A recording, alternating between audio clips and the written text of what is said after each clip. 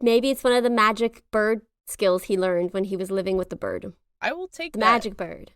I will take that the magic bird somehow gave him a magic technique that magically magicked his way up there.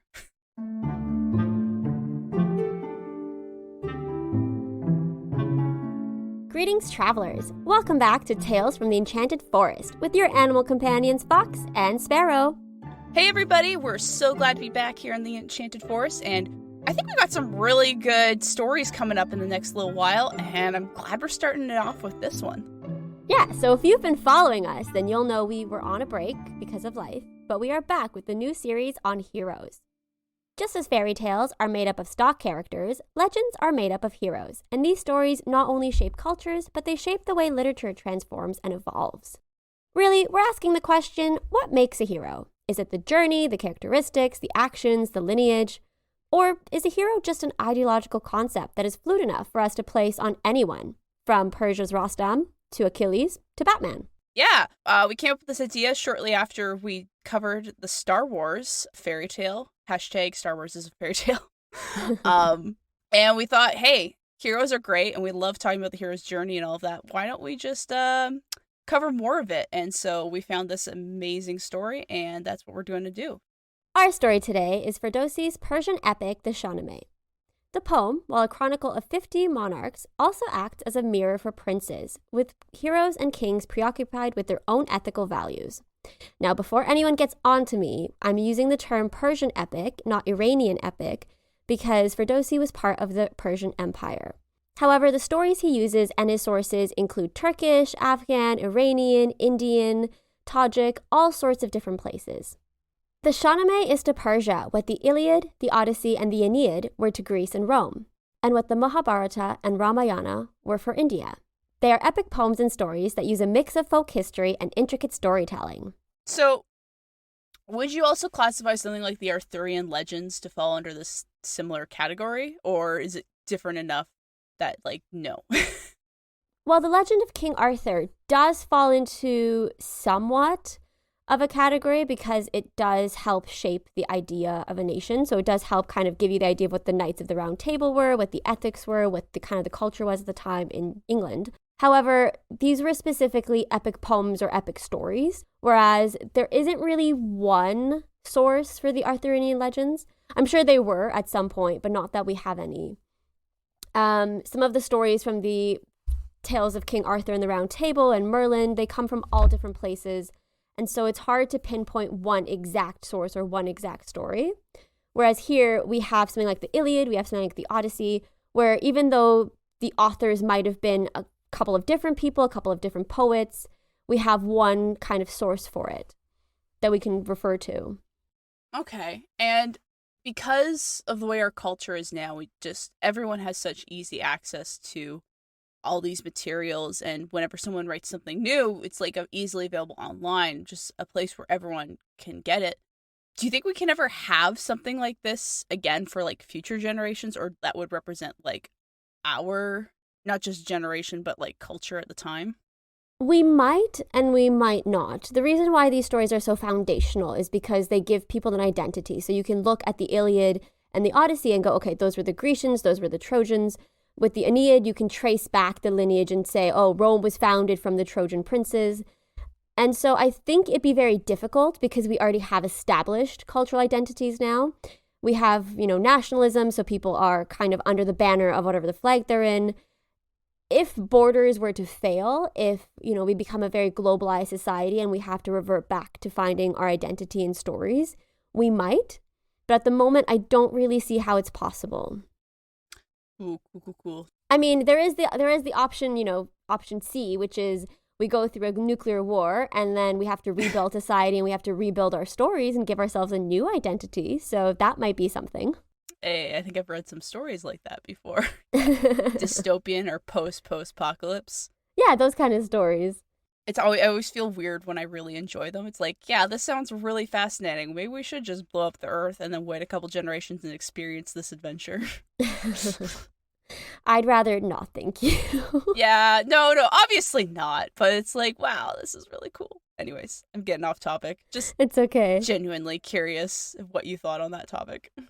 Yeah, I mean, stories like the Shahnameh, they are kind of folk history where there's enough history, there's enough in there that you can tie back to actual fact, but there's also enough that you're like, right, this is too fantastical, or this is obviously made up, or this is a bit, hard to believe. But they're all stories that help generate something different. So it's not just about the stories themselves, it's about how we feel about them, the messages they send, the values that are imparted in us. A lot of it is religious, a lot of it is cultural. And so we get to learn about kind of what the life was like back then. It's just really cool because, like, you listed a couple of other examples of this, but, like, it does feel like there is only a very small handful of the equivalent of this is to other cultures and stuff. Mm-hmm. And as we were kind of saying, it sounds like it would take a long time to establish one of these. So it just feels like they're so limited on the number of these we technically have. And it's just a very cool pocket of folklore and stories. Yeah, I mean, the epic itself starts from the beginning of inception and then carries on towards the Arab invasions in the 7th century. So it's a long frame of time he's trying to cover. And just with that, we do make reference to characters mentioned at different points in time throughout the book. For example, the story we're going to start with is a story of Sam. And Sam is the dynastic head of the Nariman family, which rules Sistan. He has close ties with the Persian king, so we mention other characters that appeared earlier in the story. And lineage is really important to the Persians here. So who you were related to, who your father was, who his father was, it'll come up. So what I'll try to do is I'll try and give a frame of reference as to who this person is and why they're actually important. Thank you. It is hard to follow at times, even if you're listening, just because it covers 50 different monarchs. It's hard to keep in mind, who's the hero, who is the father, who is the grandfather who was the hero, what did he do? But it is always enjoyable kind of to break it up into pieces, and that's why we decided what better way to begin a series on heroes than with the great heroic dynasty spanning the generations with Sam, Zal, and Rostam. So my retelling is a mix of the audiobook translated by Ahmed Saguri, created by Hamid Rahman, and narrated by Mark Thompson. We've also used the Dick Davis translation and the complete translation from A.G. Warner and E. Warner. For a complete retelling and the sources that we used, as well as other resources like maps, family trees, and miniatures, please see our website, www.talesfromtheenchantedforest.com. I love whenever you add the www because it always feels like we're getting thrown back into the 90s era, and I'm here for it. Part 1. The Tale of Sam and the Simurgh. Sam, the renowned knight and hero of Iran, had everything he wanted except for a son. He prayed and longed for one, and at last he received a son. But for all his beauty, the baby was born with the shock of white hair. Ah, I see you went to the anime school of protagonizing and got himself a unique hair color for the story. Next, he will need to get an empty seat right next to a window in his home classroom. What do you think? Well, I think God has other plans for him, as opposed to a window in a school classroom. Well, that sounds like a anime protagonist still. He does have the shock of white hair, and it makes him stand out enough because he's a baby and they'd liken him kind of like to an old man. So he's got Benjamin Button syndrome, but he's got this, normal looking body, but then it's just his hair. And they're kind of like, well, is he a demon? Is he cursed? He's got one flaw, therefore we must get rid of him. For a week, no one would tell Sam, until at last a maid went to him. Seeing his son's hair, Sam complained bitterly to God about this turn of fate and wondered as to which great sin he had committed to be given a son that would be called a demon's child. His baby was like a leopard, of 2 skins and of 2 worlds. Sam did what almost every father of an ill-omened prince does. He abandoned his child in the mountains. Except he chose to have the boy sent to where the legendary bird, the Simurgh, lives. What kind of bird are we talking about here? A phoenix? A siren? A yellow-crowned night heron? The Simurgh is kind of like the phoenix. It is a legendary bird of Persian mythology that is a huge bird, giant enough to carry an elephant or a whale. It has the body of a phoenix with the head of a dog and a human face. It's said that the bird has seen the destruction of the world 3 times over, and like the phoenix, it combusts after 1,000 years to come back to life. That's pretty intense. The bird is kind of an all-knowing bird. Sometimes they say it has its nest on the tree of life, but the stories change depending on what you're reading. Here, I'd like to think it's just this great, fantastical bird that sometimes will eat children, sometimes will not, and maybe that's why Sam chose to send his son there. Neat. I'm surprised you haven't heard of it, Severo, given that you're a bird. Excuse me, not all birds know all other birds. Thank you very much. Someone's missed the conference of the birds this year. Look, it was a really busy year, and, they released the new Doctor Strange movie, and I had the choice between the conference or seeing the new movie, and I just, I made the bad call. But, it is what it is. When the Simurgh left her nest in the Albros Mountains to feed her chicks, she spotted the crying boy left in the scorching sun. She thought to herself, even the leopard leaves his cubs in the shade. Going down to pick up the helpless child, she thought to feed her chicks with him. So the mighty bird grasped him in her claws and returned him to her chicks. However, God had other plans, and when the birds looked upon the child, they were astonished to find themselves pitying the creature. Over time, the Simurgh raised the boy that she named Dastan, like her own, and eventually he grew into a young man. Just an interesting bit of trivia here, and a little bit of etymology. Jordan Mechner, the creator of the Prince of Persia series, named his protagonist, what we would say Dastan, after he found it in the Shahnameh. Dastan is a tricky one for me because when I first read it, I read it as the Persian word for story, which is dostan. But his name is more of like, it's hard because it's just a slight difference, is Dastan, which can mean a trickster. So the initial name that he's been given was by the Simurgh. Some sources do claim that the Simurgh wasn't the one that gave him the name. It was just the name that he was referenced to later on in life. And when writing the poem for Dosi, just mentioned it in the beginning. But it depends on which version you're reading, which translation you're reading. I like to believe the trickster saw this child growing up and he was a bit of a trickster. He was a bit of a rogue character. And so she named him that lovingly, like a pet name. If you had a random child dropped on you with platinum blonde hair, or white hair, as it were, what would you name them? A random child with white hair. I don't know. I feel like you have been assigned this child randomly, and you have to raise them because of the arbitrary rules of this question. So, what are you naming him? Benjamin, or Benjamin Button, because that's now the only name I can think of. Benji! I love it. I can't think of a Excellent single. naming. What do you name a hero? It's hard. You name them Jack, and then you continue. No. Don't say Jack Frost. Don't say Jack Frost. Come on. Well, no, because it's just the most, at least for Western, it's like one of the most stock character names you would give. Oh, Jack hero, Springens. No, I would never name a child after. No, I can't name a child Jack because at first I thought you were referencing Jack Frost, and that's okay because Jack Frost is cool. But then you said the stock character, and I was like, ew, Jack Springens, my mortal enemy. Well, I don't know. I feel like Jack comes up as a really standard name for like a hero type character. There's Jack Ryan, Jack. I'm sure there's more. I can't think of them because they've all left my head.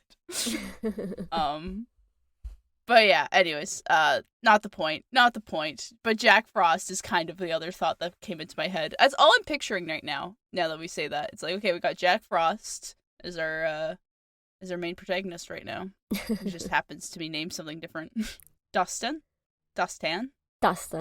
It's kind of Dustin. It's a bit it's hard because even I don't really know because I tried looking it up. I tried asking my mom, but Farsi's just different enough now that I couldn't really find any sources to say that his name means trickster.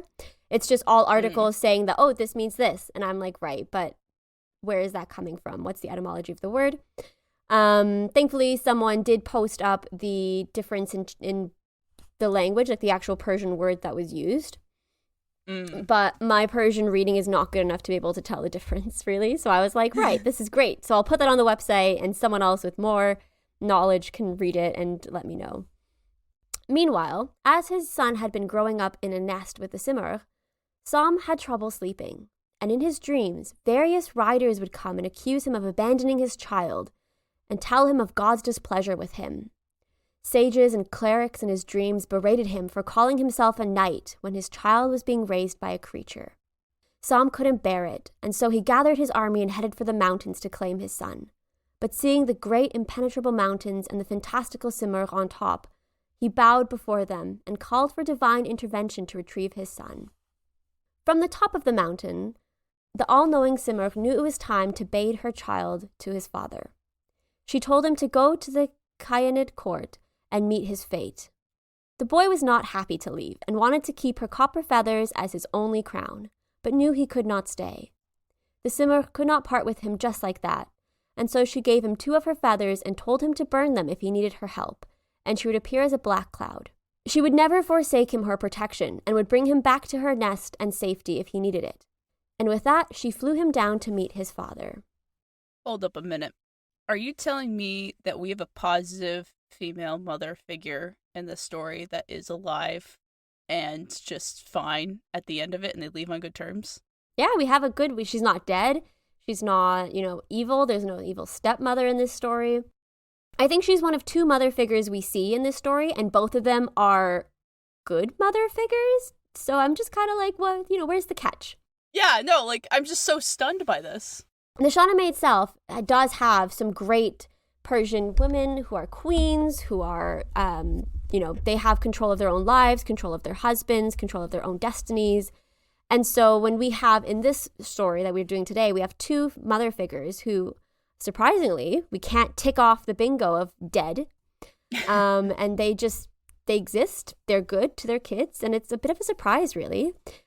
For people who haven't read Iranian poetry, if you read Iranian poetry, the mother is one of the greatest, characters you can have. But in our stock fairy tales, we often have these immortalized dead moms. Yeah, sad. For the characters, we don't really get to know the moms that well, so it's not really that bad for us. But, here we can tick off, I guess, strange, abandoning, not really their father, except he comes back, which is good, but he left for, I guess, 20 years or 16 years of his son's life. I've got thoughts on this, Dad. So seeing his son made Sam swell with pride and glory.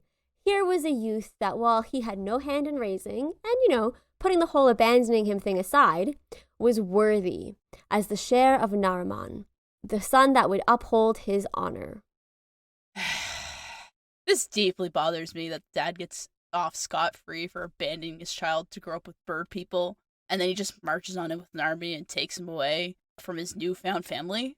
It's how many times can we wreck this kid's childhood and sense of family security? I don't know. And then he's proud of his son. I don't know. You finish the sentence. I'm mad.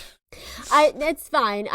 We are mad at him, but the thing about the Shahnameh is it's what I said earlier about it being a mirror for princes. It's not all perfect characters who just exist in isolation, who exist in kind of these glorified True situations where they always make the right choices.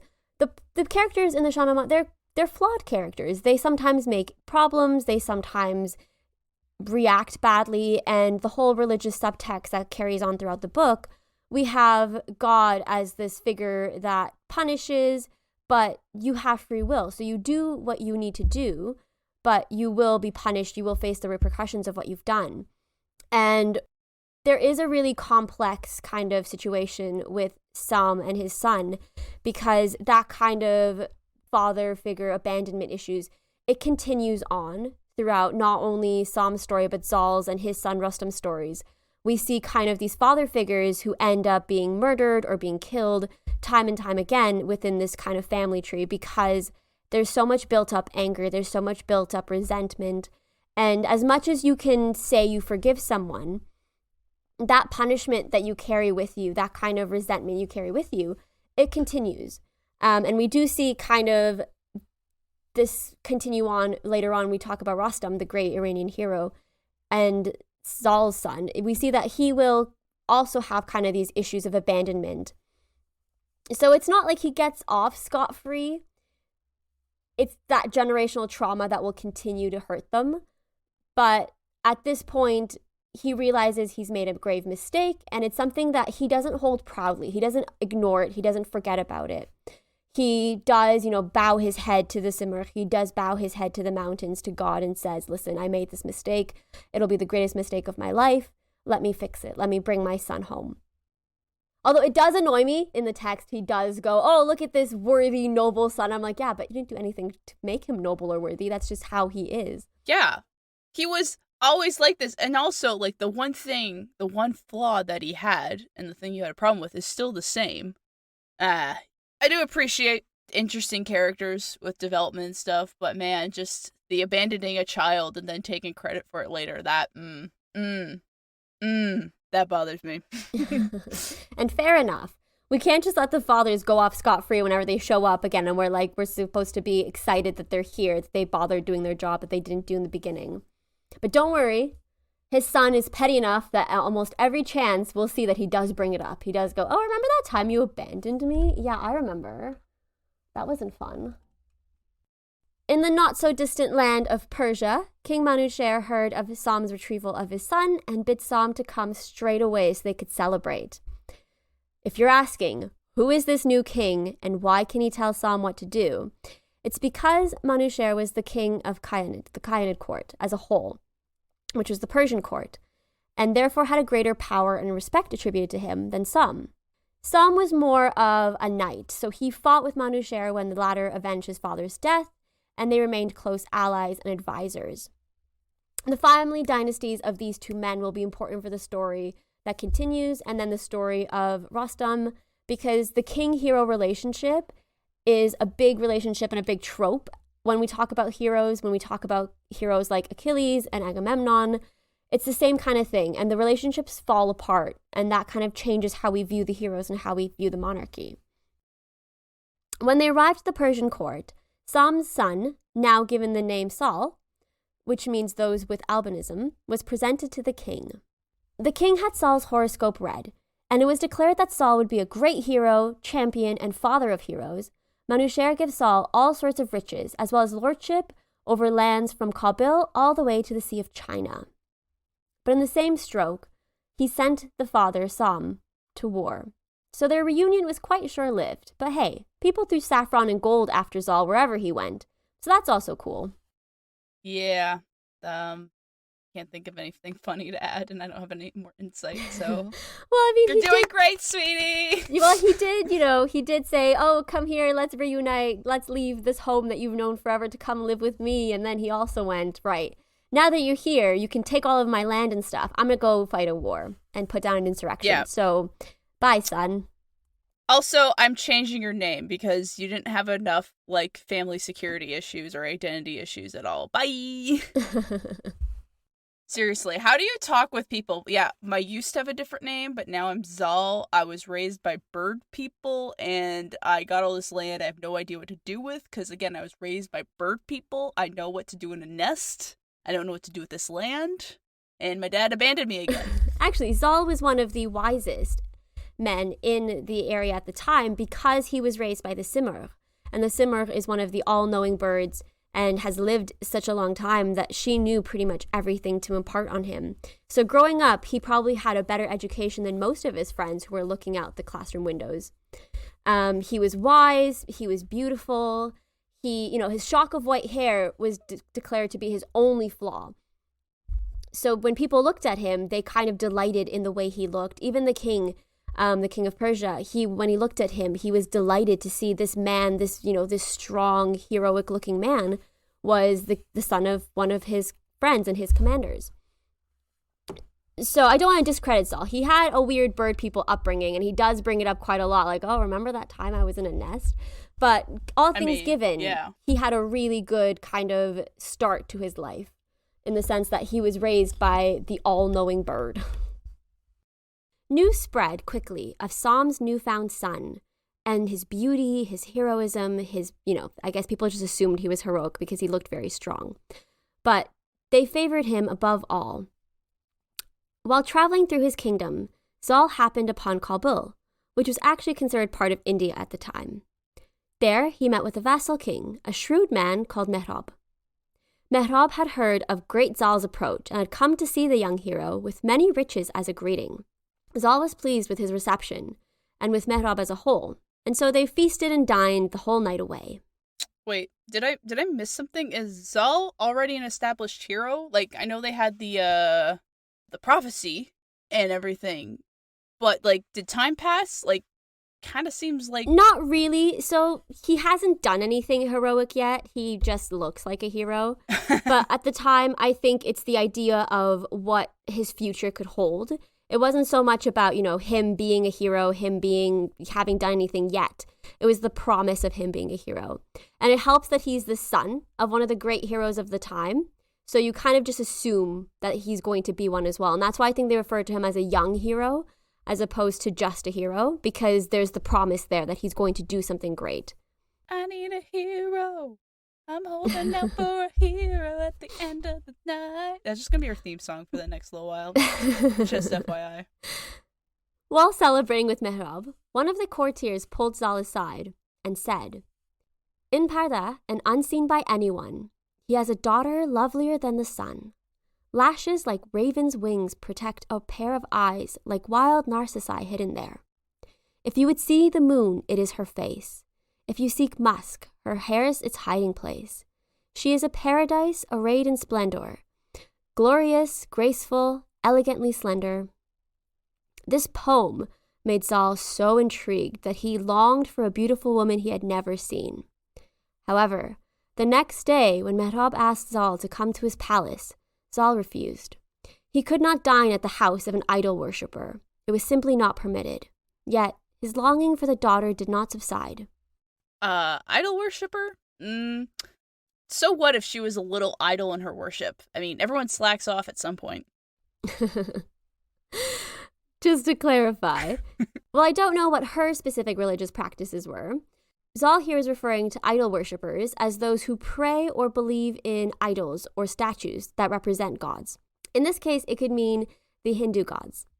The heroes of our stories are preoccupied with cleansing the world of idol worshippers, evil spirits, demons, but there are some like Sam and Zal who are happy to coexist from a distance.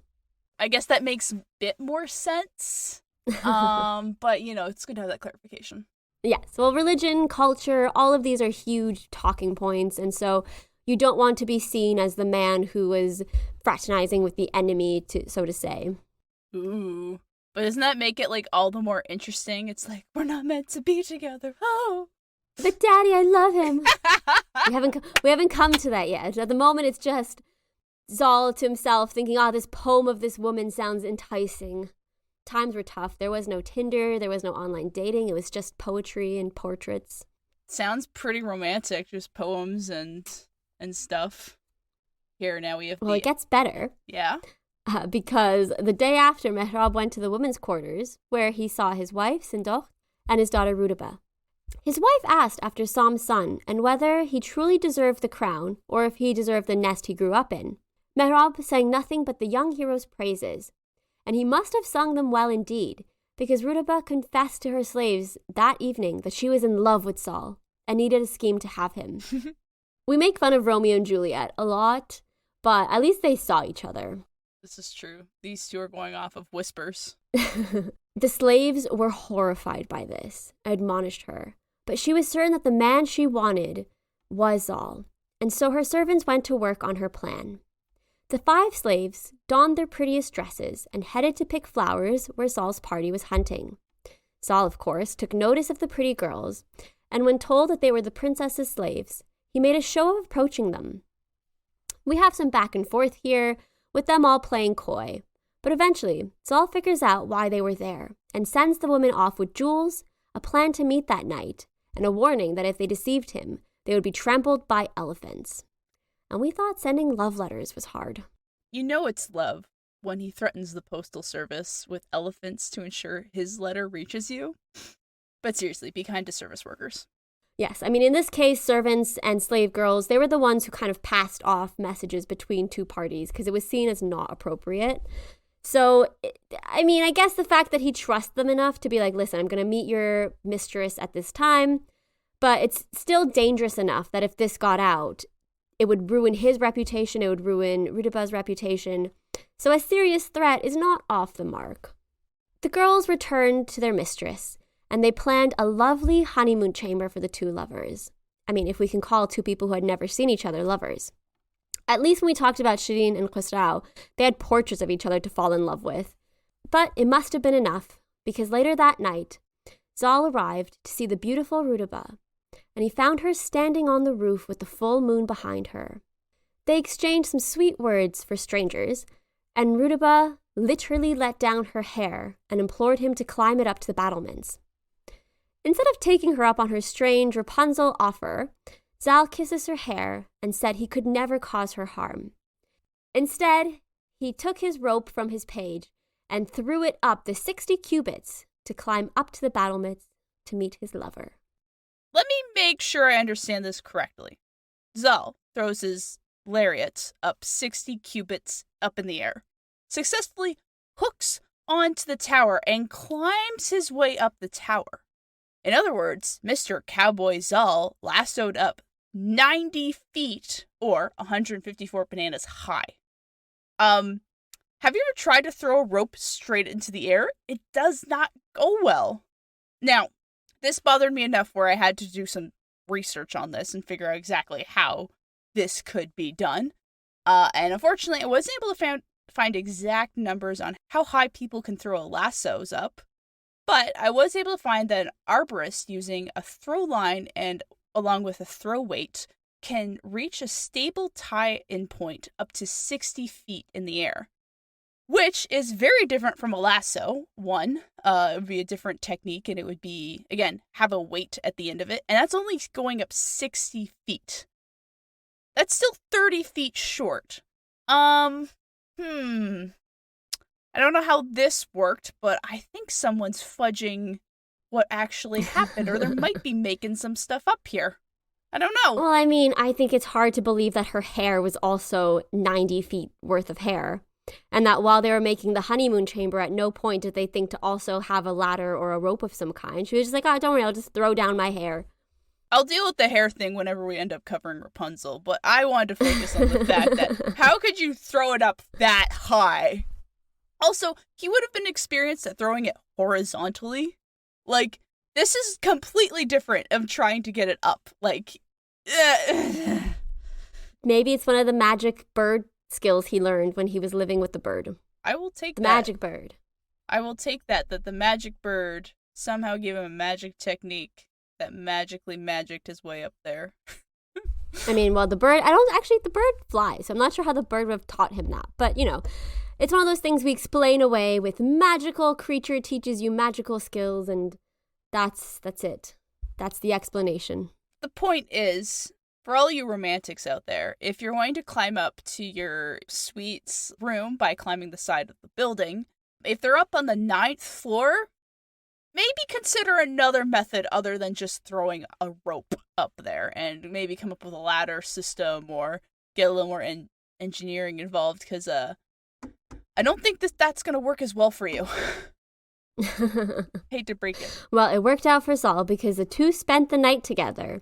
And in the morning, when they set off their separate ways, they began the tedious process of trying to get married. So Zal called his wisest men and gave them a hearty TED Talk on couples and children being God's will. He ended his speech by speaking of Rudabeh and asking if his father and King Manusher would agree to their union. Now, the wise men knew that the king did not like Rudabeh's great-grandfather, who was, wait for it, a demon. And not just any demon, but Zahok. He is a traditional Zoroastrian monster. In the traditional tales, he's a monster with 3 mouths, 6 eyes, 3 heads. So in the Shahnameh, the hero Feridun traps Zahok in a mountain, and this hero is an ancestor to King Manusher, which is why this goes so deep that the wise men think this union would never be approved, because it's the union of an evil demon and a hero's offspring, I suppose. In the Shahnameh as well, Zahok isn't presented as a monster like he is in the folk texts or the religious texts. He's presented as a human prince that is led astray by Ahriman, a chaotic and evil spirit that has many forms.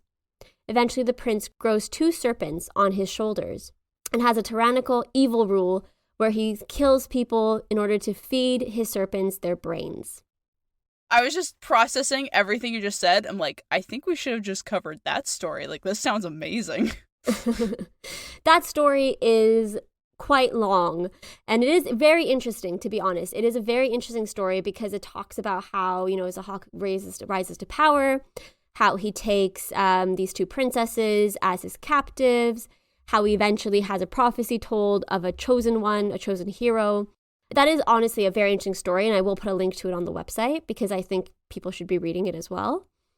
But there's so many good stories from the Shahnameh that you have to kind of limit yourself to what you can do and what you can cover, because we could have done a complete, episode on just this ferocious monster and how he was killed and all of that. Wow. This is a Instead, ride. I've chosen a love story. I love it. Pun intended.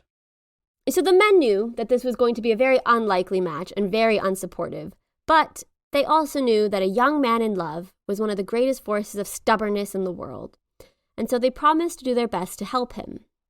They advised him to write a letter to his father, and so Zal sat down and did just that.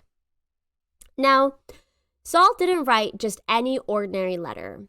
His letter was one that even the most passive-aggressive, please see previously attached as per my last email writers would be left in awe. He started off by praising God and his father and how noble the dragon slayer Sam was.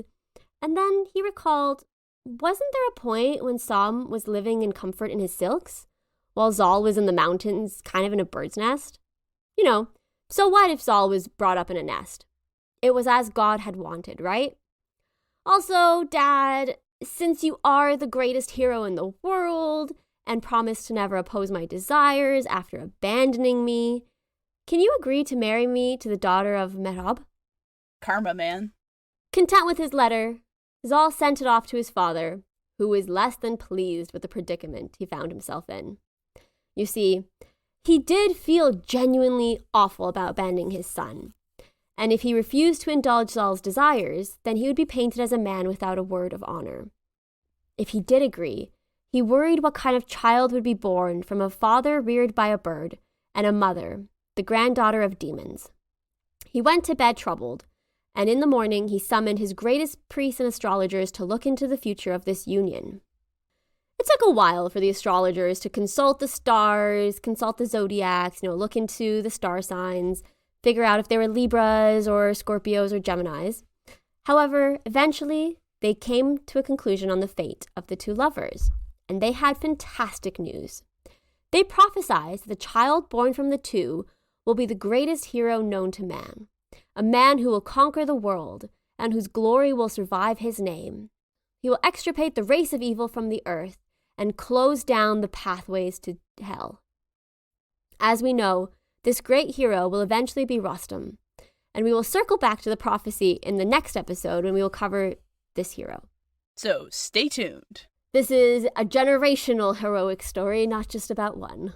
I like how we're just going to get the whole through line. We're going to get the father, how he was a hero, and why the son's a hero, and why the next son's a hero. It's like, how did all these people end up being heroes? We're going to find all of that out. It's because of prophecies. Spoiler. We love a good prophecy. I love prophecies. A good chosen one. Yeah.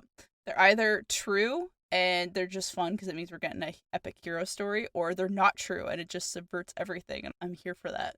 Well, I guess it also changes our definition of hero, which is something we'll talk about later. But Sam will find out, he actually did a heroic deed. He was known as a dragon slayer. Zal hasn't really done anything at the moment besides be really smart and really cool, I guess. And, climb a tower. Although, I am very impressed with his climbing abilities. No one knows about that, though. It's true. It's a secret. So the moment, he's really just a hero in name. He hasn't done, that can be very true. Some heroes are hero in name, some heroes are hero in deed. His lineage is so that he is expected to be a great hero. He's expected to be this great ruler. And maybe for him, that's what his hero definition comes from, the fact that he's a really wise, intelligent man and a good ruler. So, Sam was relieved and sent the good news to Zal before heading off to convince the king of this affair. Meanwhile, Rudabeh's mother had confronted her daughter and gotten the truth out of her. She in turn told her husband of her troubles, and King Mehrab immediately decided that Rudabeh must die. He would make a river out of her blood. His wife was able to speak some sense into him before he could, pull out his sword and stab his daughter to death. We love some good loving fathers. So, we've got another king who's decided to fly off the handle and just threaten people with certain death for very small things. Surely he can just cool it for 2 seconds to listen to her before making these big threats to her, right? It's hard because I do understand that culturally what Rudabeh did was unheard of. It was, she forged her own destiny, and that's great. But speaking of, if, the king of Persia decided to storm Kabul, he would kill everybody there. It wasn't just a case of King Mehrab and his family, because earlier on he absolutely dotes on his daughter. He talks about how beautiful she is, how much he loves her. But here, it's a choice between her and literally everyone else. And so the fact that he's able to make that choice quite quickly makes him a good king, but doesn't really make him a good father. The fact that, his immediate reaction is, well, she must die. He seems very trigger happy for someone who's born in a time when there were no guns. This is at least to say, this is why it's nice to not have something that's so easily quick to kill. Like, at least with the sword, you have to draw it, walk towards them and stuff. Like, there's a couple more steps involved. Well, I don't really know what Simurgh was expecting, because when she was speaking to Rudabeh and she was getting the story out of her, because it wasn't that Rudabeh just told her the story. Mm-hmm. It was that she kind of confronted her and got the maids to tell her. But even when she was doing that, in her head, she was thinking, having, Zal as a son-in-law wouldn't be the best, but it wouldn't be the worst. He's a hero. He's well known. Mm-hmm. So what if he's got white hair, It would ally us with some of the greatest rulers of the time.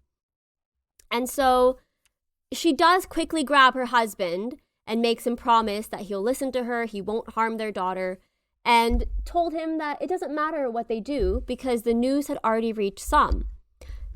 And there was nothing they could do about that. So if anything happened, it was going to happen already. But she also said, wouldn't having Zal as a son-in-law actually be a good thing? The king calmed down a bit, and he demanded Rudabeh be brought to him. And when he saw his beautiful daughter adorned in all of her finery, he scolded her, but he did not harm her. Mehrab knew that the king of Persia, Manusher, would never accept this union. And so he prayed and prayed. And rightly so, because as soon as Manusher learned of the lovers, he was furious. He was furious about what offspring they would produce. What would the demon child and a white-haired father have? So he sent his messengers to go fetch Sam and bring him from the war front, and demanded that Sam go to Kabul and fight the dragon spawn, Mehrab.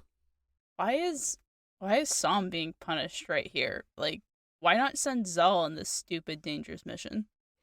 Well, I think it's twofold. One, it's because Zal has already, proclaimed his love for Rudabeh, so it's not like he would actually go and fight her father. So that's a lost cause. Okay. And two, it's because Sam is a knight of Persia. He's, a fighter for Persia. He's on this war front. And so if he's given a direct order from the king, he can't just decline it. He can't just say no. So at this point, I think Manusher knows that he's putting Sam in a very bad position to pick between the king and his family. But he does it because it's a necessity. For him, the good of Persia, the future of Persia is what comes first. And Rudabeh is not a Persian wife. She's a foreign wife. She would be from Kabul. She'd be from India. And as much as everyone likes Zal, as much as they think he's, a great guy, he's smart, he still has this marker that makes him different, that makes him other, this white hair. So trusting him and trusting what is essentially a foreign demon, offspring of demon wife, to put it bluntly, is not a good bet to make for the future of, his own kids, his own heirs, his own legacy. And to be fair, Sam did agree to go to war. He just went off, but I don't think he had any intention of actually fighting, but he agreed because culturally that's what you do. You respect what your orders are. And I think we're going to see why he didn't approach Zal, because when the news hit Zal that there'd be an attack on Kabul, he rode at once to meet his father. He greeted his father with all the fury of a young lion cub and began again with the issues of abandonment as a child, how he had done everything for his father and had done everything that had been asked of him. He had done everything God had fated for him. How could Sam punish him? Was this how he'd be repaid for his suffering?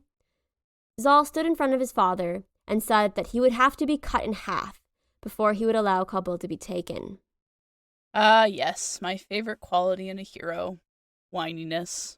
Luke and Anakin Skywalker would be so proud. At least he never lets his father forget. It's the thing that keeps coming back, isn't it? It's like, you hurt me, so you kind of gotta let me do what I want. Yep.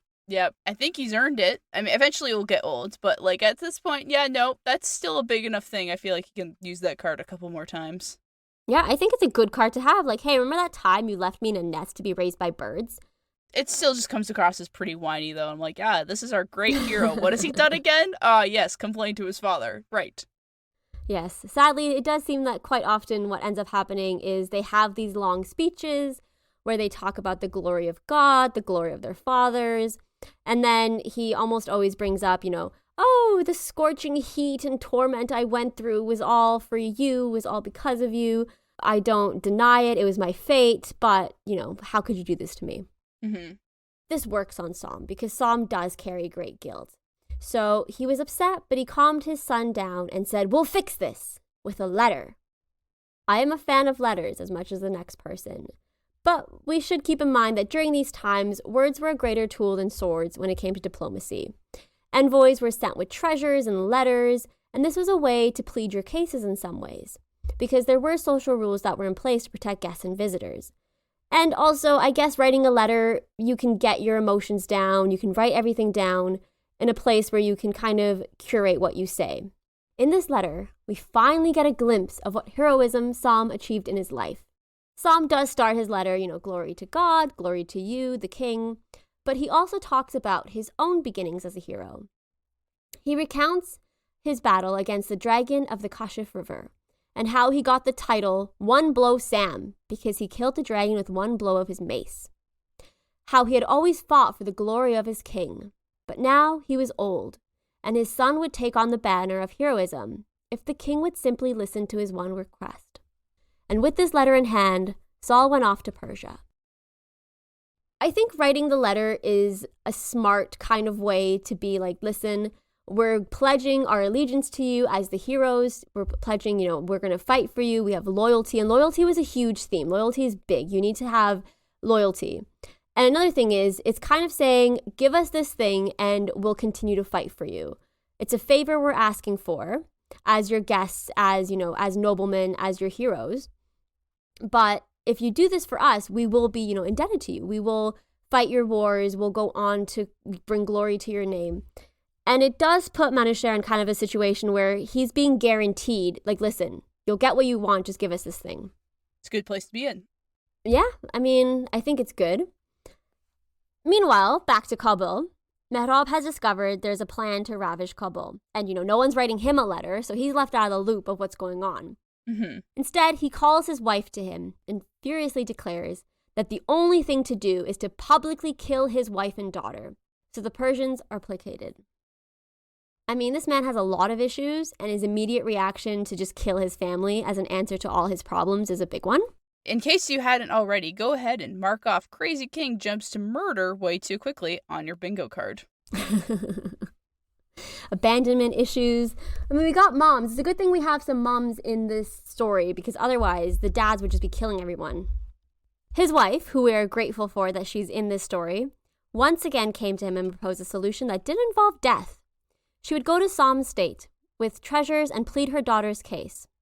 Mehrab, while a crazy family butchering man, was still wise and accepted her plan, sending her to Sam with a massive procession of slaves and treasures. To see the full extensive list, please check out the website because apparently it was over 2 miles wide of camels and horses and slaves with gold and jewels and everything you could think of. Seriously, Fox has done a really good job getting all this data together. You should check it out. Thank you. Now, if someone wants to reward me with 2 miles procession of treasures, I will happily accept. I'm happy to put down a nickel and dime down for 2 miles straight and then give you that. How's that? No, thank you. Not the same? Right. So Sindoh met Sam in his kingdom with all the presents of a respected noblewoman and presented him with her gifts. The two spoke, and Sam was swayed by the beautiful and intelligent woman. What would her daughter be like if this was the mother, he thought. Back in Persia, Zal reached the king, who magically changed his tune and was willing to accept the petition from the father and son. He called upon another series of astrologers and also heard a prophecy on the son of the two lovers. The astrologers called this future hero a protector of Persia and prompt in his monarch's service. The king was not completely sold, though, so he ordered 2 tests to be given to Saul. Normally, if a character does a 180 like this, I would think the character was either mind-controlled or the character was up to something sneaky. But given the circumstances, I wouldn't take Shapeshifter off the table either. What do you think? It's difficult because I think there's so much emphasis placed on these prophecies, on these star charts, and the fact that the sages came back and they said, listen, the son born from this union isn't going to be a monster. He's going to be this protector of Persia. He's going to be prompt in his monarch's service, which, is a weird thing to have a prophecy about. Yeah. It's hard to know if this is what they said because they thought this is what he wanted to hear. And definitely what we'll do is we'll compare, Rostam to the actual prophecies about him, because Rostam is famously known for kind of protecting the monarchy, but also having a bit of a falling out with it and the decline of it. So it's either that, he saw this and there's nothing good to be had of losing 2 of his heroes. Instead, he goes along with this and he ends up with 3 heroes at his service, at his son's service. Mm. So it's kind of like a thing he has to think about. His immediate reaction was the fear of having demons, having, this kind of severed connection between the heroes and his knights and his country. So having the sages come and kind of tell him, listen, this will all end up well, I think does placate him a bit, because you can't go against the will of the stars. You can't go against the will of God. Mm-hmm. It's always about, what stars are in your favor, if you're fortunate, if you're ill-omened. And here, I think he's kind of going based off of what's being said to him at the time. But he's still cautious, so he gives Zal 2 tests. And the first test was that the sages came up to Zal, and they all gave him a different saying, and he had to explain each one. I would like you, Sparrow, to try and solve them as I say them, okay? Try and think, just the first thing that comes to mind. Okay. So, the first sage says, there are 12 flourishing cypress trees, each with 30 branches. What is he talking about? What are the 12 flourishing cypress trees, each with 30 branches? 1, why are they counting the branches? It seems like a dumb thing to do. It's like a riddle. It is like we a have riddle. To see if you're worthy. Am I worthy? I'd like to be. Okay, now, so this is where I come from. Like, often these riddles come back to, like, things abstract, like dates. So when I hear 12, I think of the calendar year, but I don't know if they were using the same calendar. So I don't know if they would have used 12, so I'm not sure if I would go with that. Maybe it's something to refer to a star constellation. I don't know. Okay, so it's either the 12 months or a star constellation. That'll be your answer for that. Yeah. The second one was, there are 2 fine horses. One is black and one is white. They struggle and fight, but can never overtake the other. Either good and evil or night and day. Even the night and day thing symbolizes the eternal struggle of good and evil, so I would go with definitely one of those. Okay, perfect. I'm kind of cheating by picking 2. No, that's okay. I mean, I'll give it to you because I'm not one of these like sages that's like, oh, you must pick. I'm more of like a chill sage. I'm like, right, you can pick one. You can give me a couple answers and we'll see, where you fall along the stars. Maybe I'll be half worthy. I don't know. Okay, the next one. There is another wonder. There's a group of riders that pass by the prince. Sometimes there are 30 and others 29. Sometimes you can see one and others you cannot. 30. Going back to that 30 number. Is Entourage? So what sometimes has 30 and sometimes has 29? Well, going back to my original thought of going, oh yeah, they're playing with the years and stuff, but there's 31 days in some months, so that can't be that. Also, again, I do not know for sure if they're using the same calendar or not. So I'm a little hesitant to go down that route, but that's kind of where my mind goes. Yeah, sure. Let's go with months. Like days in a month. Okay, this is good. Right. You almost have the girl. Okay. The next one. There is a beautiful meadow filled with green plants, and a man with a scythe cuts down the plants, whether they are fresh and newly sprung or withered and dead. So what's the man? Is that the question? Mm-hmm. So this man is just repeatedly and consistently just cutting down plants. Obviously, he is Scyther, the Pokemon, and that is what the Scyther in a rage. In a rage. I don't know, a fire? Either Scyther or he's talking about fire. Okay. There are 2 cypress trees in the ocean, and a bird builds nests on each. When he leaves one, it dries up, and when he enters the other, it becomes fresh. In this way, one is always dried, and the other is always fresh. Life and death, but that's exactly what's happening, is one is dead and one is not dead. Actually really don't know on this one. Can I go with a pass? Yes, you can pass. Okay. You won't get the girl, but we'll let it. Oh no. Oh no. What will I do? Listen, if the girl comes with a 2-mile-long stretch of ghoul. Okay. Oh yes, ghouls. You're right. I do want that. Let's go with life and death. Okay. And the final sage, the final question. In the mountains, there was a flourishing city that was abandoned by its people in favor of a thorny patch, where they built a new towering city that reached up to the moon. When an earthquake came and toppled their new houses, they longed for their old home. Nostalgia, clearly. It's, grass is always greener on the other side. No, in the mountains I would just say civilization. Like, that's all he's talking about. I don't know what the analogy here is. Yeah. We'll give everyone else a moment to think. Just pause, go back, listen to Sparrow's contemplation. Think if you would be worthy of getting, 2 miles long of gold and the beautifulest girl in the world. So Zal thought about his answers, and he decided the first one represented the 12 trees with 30 branches, that those were the 12 months of the year. Woo! The 2 horses, one light and one dark, are night and day, which exist simultaneously in the heavens. Yeah. The group of riders that sometimes appear to be 30 and sometimes appear to be 29 are the various days of the month. Okay. Which I guess for that time it made sense. For us it doesn't, but for them it made sense. All right. Going good then. I think I'm perfect score so far. The man in the meadow was Time, the greatest reaper of all, that strikes the old and young equally. Fire would also strike young and old equally, and Scyther would also do that, so I think they just need to get with it. You're going to have to fight the sages on this one. I'm just giving you the answers that he gave. I will accept 50% of all the gold. Well, we haven't finished yet. It's not as if you just got that one wrong. Okay, that's true. It's all about to go downhill from here. Oh no. The bird with the 2 nests, Zal explained, was the sun as it flew from one section of the sky to the next. Ha! And finally, the flourishing city and the thorny city are the eternal worlds and the fleeting worlds. We leave one for the other and regret it.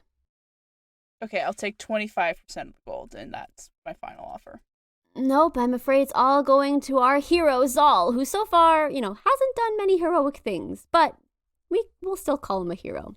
I bet he just heard those riddles before when he was, hanging out with the bird people, and then he was just like, know this. I failed a test in the 5th grade because of this one, but I know it now. So. Well, I don't really, I understand why he's being given a wisdom test, kind of like a trial because of, the groom's trial, the bride trials. It's a famous trope, but, he was raised by the mythical all-knowing bird. It is important to note, though, that at no point yet has Zal used the 2 feathers he was given by the Simurgh. So he's doing this all on his own so far. It's just him using his resources, him using his words, him using his characteristics, him just being himself. With that, he concluded his explanation and his test, leaving the king and the sages in astonishment. The next day, there was a massive tournament held, and the king asked which of them would fight Zal in single combat. It became glaringly obvious from the moment Zal charged at the warriors that any of them would lose to him.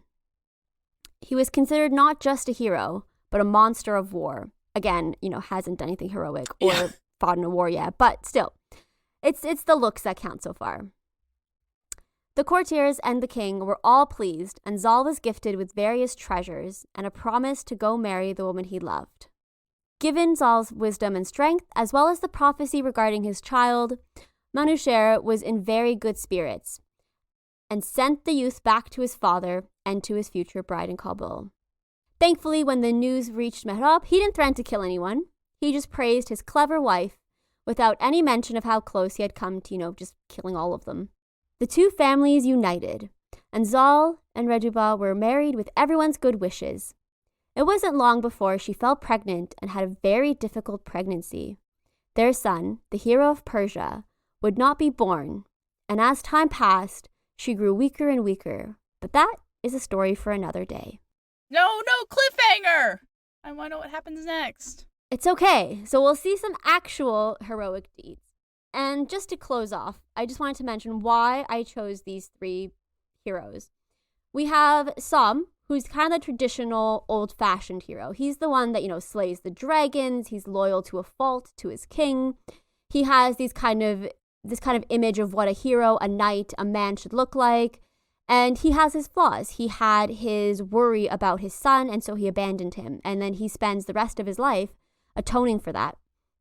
We have Zal, who is more of a romantic hero in the sense that he is charismatic, he's loved by people, he's wise, he falls into this great love story, and so he's that kind of hero. And then we're going to see his son, Rostam, and we're going to see what kind of hero he is. And I think he covers the third type of hero, which is both the tragic hero, like Achilles, but also just the kind of hero that we know from the Greek stories of the Hercules, the King Arthurs, the St. Georges, the kinds that just go out and fight.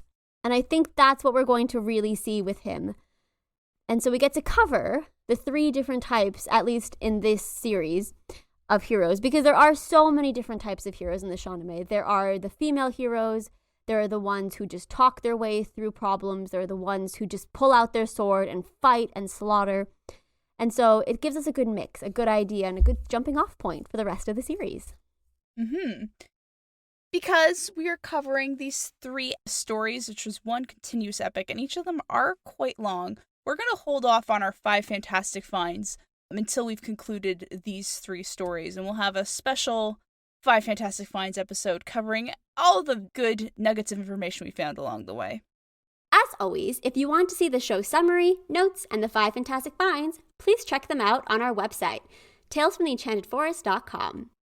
If you want to hear more from us, join us on Twitter at FromEnchanted or Instagram at Tales from the Enchanted Forest. Or, if you're old school like Sparrow, you can email us at talesfromtheenchantedforest@gmail.com. We'd love to hear your questions, comments, and suggestions. So if you have anything to share, please don't hesitate. And remember, travelers, if you enjoyed what you heard here today and what we do here, please give us a review on whatever platform you use to listen to your podcasts. It helps the podcast grow and reach new travelers to join us on these adventures. We'll give you a big shout out and our eternal gratitude. In the meantime, travelers, remember, there is always a place for you in the Enchanted Forest.